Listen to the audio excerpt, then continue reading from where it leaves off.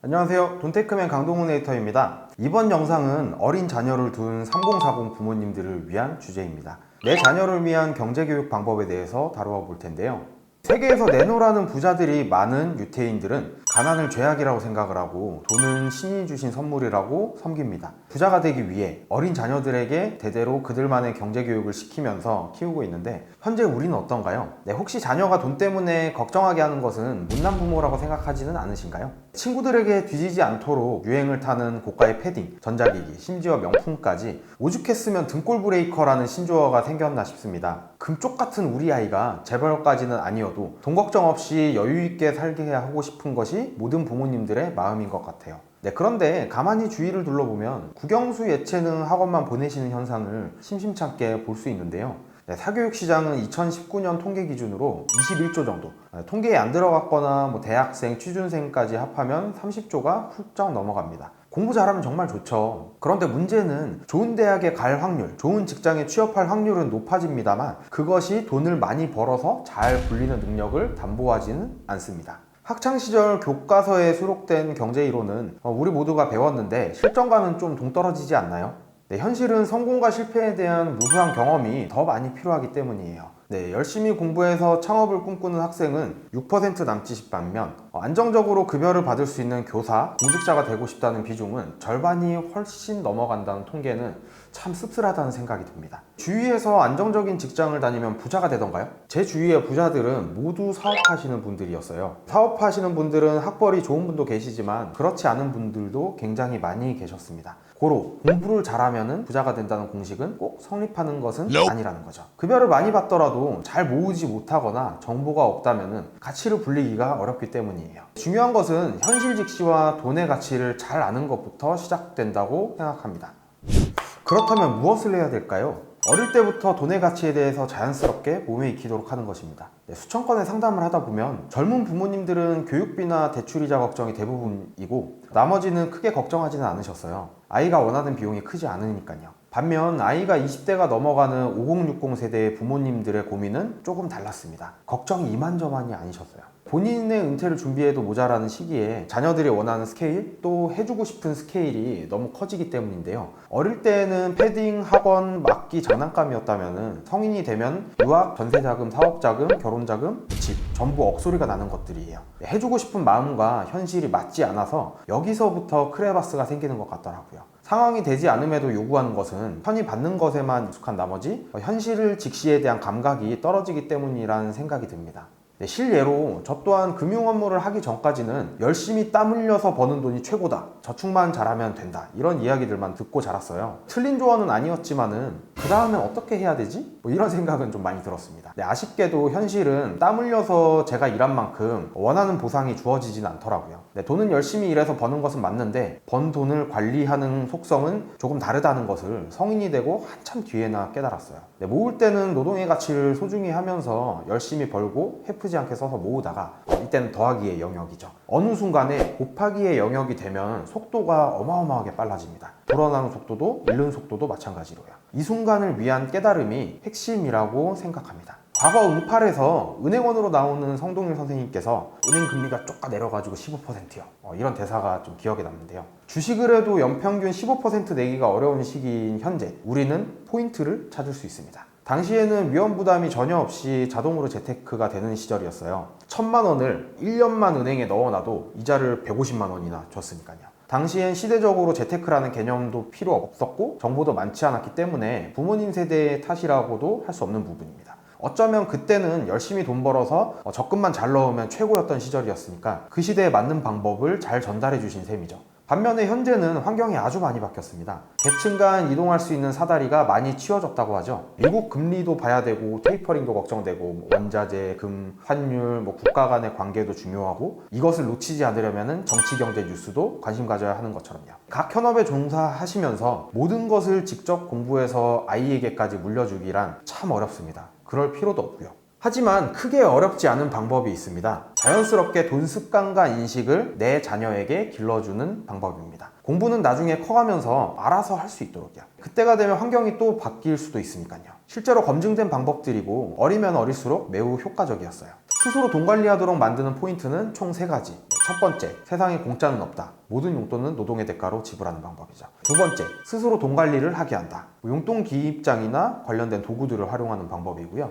세 번째, 돈 버는 목적을 설정하고 돈 버는 법을 가르친다. 장사나 창업에 대한 마인드를 길러주는 방법입니다. 요즘 아이들은 참 빠른 것 같아요. 첫 돌도 지나지 않은 아기가 엄마 손가락을 이렇게 핸드폰에 가져다 대더라고요. 지문인식으로 아기 상어를 보겠다는 거겠죠. 폰으로 하고 싶은 게 생기니까 엄마 손가락을 대면 잠금이 풀린다는 것을 알아서 스스로 배우게 된 것이죠. 정말 깜짝 놀랐습니다. 또 언제는 어린 조카 이렇게 마트를 가서 아무거나 골라보라 하니까 제일 큰 인형을 골랐던 기억이 나는데 얼마 전 이 친구에게 용돈을 주면서 직접 장난감을 사고 남는 것은 용돈 쓰라고 얘기를 해봤습니다. 이때는 제일 조그마한 이렇게 스티커를 집어들더라고요. 정확한 금액은 잘 몰랐겠지만은 본능적으로 작은 건 싸고 큰 것은 비싸다는 것을 알고 있더라고요. 요즘 아이들은 정말 빠르구나. 가볍게 생각해서 내가 이렇게 아무렇지 않게 행동을 하면은 그걸 똑같이 배우겠구나 하는 것을 느꼈습니다. 여기서 돈 관련 교육을 작은 행동들을 통해서 자연스럽게 몸에 익힐 수 있도록 하면 되겠다는 생각이 번쩍 들었어요.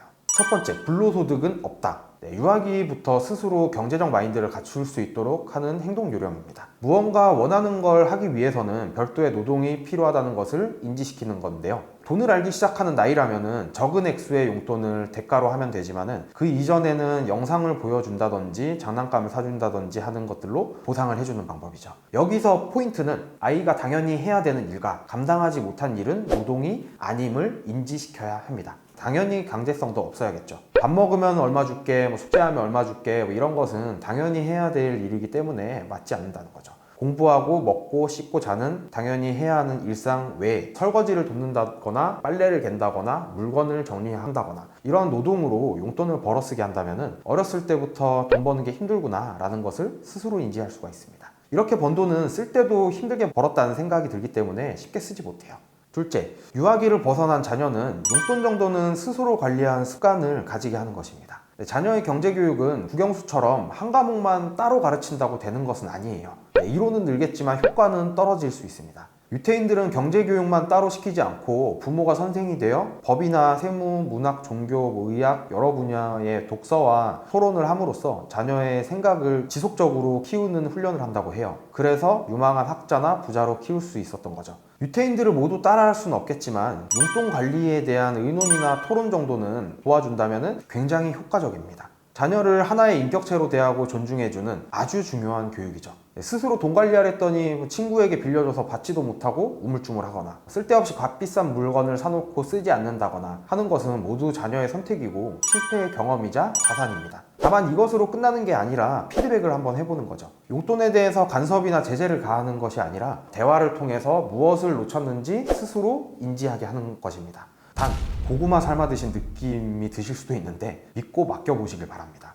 셋째, 돈 관리하는 방법을 가르칩니다. 가장 쉬운 방법인 내가 가진 재산을 그대로 물려주면 좋겠지만 자산이란 것은 유한하기 때문에 계속 쓰기만 하면 언제 동이 날지도 모르기도 하고 혹여나 투자 실패, 사기를 당하면 금세 없어져 버리게 됩니다. 돈은 스스로 버는 것도 중요하지만 돈이 돈을 벌게 되는 돈을 굴리는 방법이 더 중요하다고 생각합니다. 어릴 적부터 자산의 파이프라인을 인지시켜 준다면 고등학생이 되는 시점 몇백, 몇천만 원을 쥐어주더라도 안심이 되실 거예요. 실제로 유태인들은 13세가 되는 시점에 성인식을 치르고 모든 가족들이 축의금을 모아서 5천만 원 정도의 목돈을 준다고 해요. 하지만 훈련 과정 없이 목돈이 생긴다면 우리 자녀들의 선택은 어떨까요? 그래서 어릴 때부터 적금이나 주식을 사서 목돈 자체를 자녀에게 물려주는 방법도 이런 의미 때문에 효과적인 방법은 아니라고 생각하는 거예요. 주식을 주더라도 주식이 무엇인지, 좋은 주식은 어떤 건지, 사고 파는 과정은 어떻게 되는 건지 부모님과 함께 공부하고 선택해서 관리해야지 더욱 의미 있다고 생각을 합니다.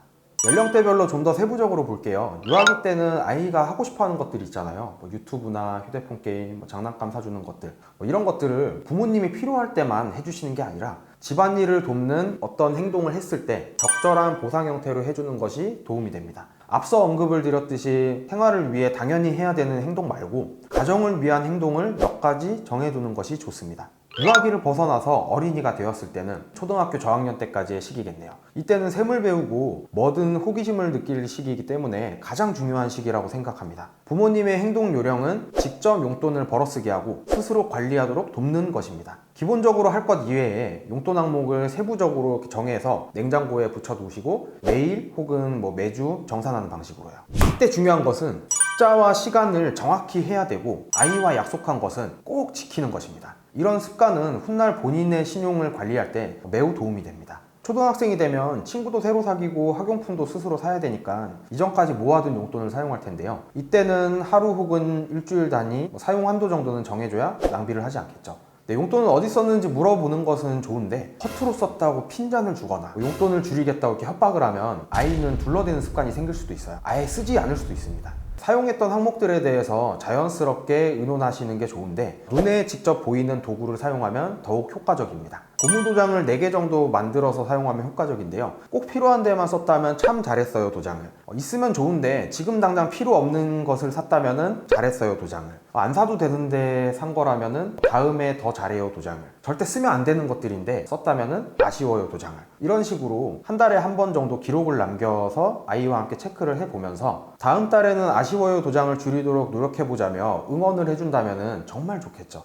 마트에 함께 갈 때도 현명하게 소비할 수 있는 방법을 아이와 의논하는 방법도 좋아요. 저번에 2,000원이었던 우유가 3,000원이 됐네. 한 개를 사면 한 개를 더 주네. 지금 이건 많이 사면 좋지만은 금방 상해서 당장 못 먹고 버릴 수도 있으니 비싸도 적당히 사는 게 좋아 처럼 가격이 변하는 구조나 언제 어떤 게 싼지 미리 알게 한다면은 자연스럽게 소비 습관을 갖추게 될 거예요. 초등학교 고학년 이후에 청소년기에는 당근마켓이나 중고나라를 통해서 필요한 물건을 사거나 자신에게 필요 없는 물건을 거래하는 방법을 알려줍니다. 다시 팔기 위해서 깨끗이 사용하고 물건의 가치를 알게 하는 데 도움이 됩니다. 또한 학교 공부와는 별개로 나중에 어떤 일을 하고 싶은지, 창업을 한다면 어떤 것을 해보고 싶은지 함께 구상을 해보고 자영업을 하고 계신다면 가끔 가게 일을 돕게 하는 것도 좋은 교육 방법입니다. 만 15세 이후 성인이 되기 전까지 모은 돈을 이렇게 가지고 실제로 투자를 해보는 방법도 좋은데요. 부모님과 함께 동반한다면 금융기관에서 아이 명의의 계좌도 개설할 수 있습니다. 이때는 가족들이 의미 있는 액수의 돈을 보태주셔도 좋아요. 여기에서 중요한 점은 돈을 버는 것도 중요한데 돈이 돈을 버는 구조를 알 수 있게 됩니다. 만약 투자에 실패해서 손실이 생겨도 성인이 되기 전에 엄청난 경험을 쌓을 수 있게 되고 성공을 한다면 빠른 성공 경험과 함께 아이의 학자금이나 생활비를 걱정 안 해도 되겠죠. 네, 눈에 넣어도 안 아픈 내 자식, 부족한 것 없이 최대한 넉넉하게 키우고 싶으시죠? 반면에 어느 순간 결핍이 없어진 아이들을 마주할 때마다 한 가지 아쉬운 생각이 듭니다. 갖고 싶은 것을 당장 못 가진다면 노력해서 얻을 수 있도록 해야 되는데 가장 먼저 부모님께 기대는 것이 당연스럽게 돼버렸으니까요. 친구들 사이에서도 부모님의 경제적 능력이 마치 똑같이 내 능력이 돼버리는 안타까운 현실인데요. 하지만 어릴 적부터 중심을 잘 잡아주신다면 주위에서 들리는 가시돋친 말로부터 상처를 덜 받을 수 있습니다. 살아가면서 항상 좋은 일만 있으면 좋겠지만 그렇진 않다 보니까 어려운 일이 생겼을 때 어릴 적부터 습관이 잘 갖춰진다면 좌절하기보다 잘 극복해 나갈 수 있을 것이라 확신합니다. 물고기를 잡아주는 것보다는 잡는 방법을 알려줘라. 지금부터 실천해 보시는 건 어떨까요? 여기까지 자녀 동교육에 대해서 얘기 나눠봤습니다. 돈테크맨 강동훈 에디터였고요. 이제는 좋아요와 구독은 필수. 이어지는 영상에서 뵙겠습니다. 빠이.